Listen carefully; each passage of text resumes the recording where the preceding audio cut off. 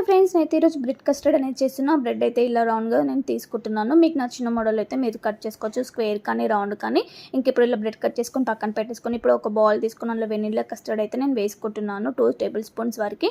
అలాగే కొంచెం వాటర్ వేసుకుంటూ మంచి మిక్స్ చేసేసుకోవాలి. ఉండాలి లేకుంటే ఇప్పుడు పాలు మరిగేటప్పుడు అయితే షుగర్ అనేది మనకు స్వీట్కి తగ్గట్టుగా వేసేసుకోవాలి. ఒక 2 ఇలాచీ అయితే వేయండి. ఇలాచీ వేసేటప్పుడు వీడియోని స్కిప్ అయిపోయింది. ఇప్పుడు మనం మంచి మిక్స్ చేసి పెట్టుకున్న కస్టర్డ్ కూడా ఇందులోకి వేసేసుకొని బాగా మిక్స్ చేస్తూ ఉండాలి, ఎక్కడ కూడా ఉండాలి లేకుండా. ఇప్పుడు మంచిగా ఉండలేకుండా మిక్స్ చేసిన తర్వాత రోజ్ పెటల్స్ అనేది వేసేసి బాగా మిక్స్ చేయాలి. దాని తర్వాత ఒక 10 మినిట్స్ తర్వాత దింపేసుకొని చల్లార్చుకోవాలి. కంప్లీట్గా చల్లారిన తర్వాత ఇలా బ్రెడ్ స్లైసెస్ అన్నీ కూడా మనం ప్లేట్లోకి సర్వ్ చేసేసుకొని పైనుంచి కస్టర్డ్ అనేది వేసేసుకోవాలి.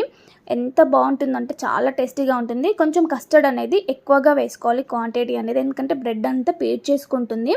చల్లారిన తర్వాత పైనుంచి మనం ఇలా రోజ్ పెటల్స్ ఇంకా డ్రై ఫ్రూట్స్ వేసేసుకుంటే ఎంతో టేస్టీ అయినా బ్రెడ్ కస్టర్డ్ రెడీ అయిపోతుంది. ఇంకెందుకు టేస్ట్ చేసేద్దామా. చాలా బాగుంది ఫ్రెండ్స్ నిజంగా. ఇలా కనుక సమ్మర్లో మనం పిల్లలకి ఈవినింగ్ స్నాక్స్ టైంలో ఇలా వేయండి, అప్పుడప్పుడు స్వీట్ లాగా చాలా బాగుంటుంది. మన ఇంటికి ఎవరైనా గెస్ట్ వచ్చినా కానీ అప్పటికప్పుడు ఇలా చేయడానికి కూడా చాలా సింపుల్గా ఉందండి. టేస్ట్ కూడా చాలా బాగుంటుంది. మీరు తప్పకుండా ట్రై చేసి ఎలా ఉందో చిన్న కామెంట్ చేయండి.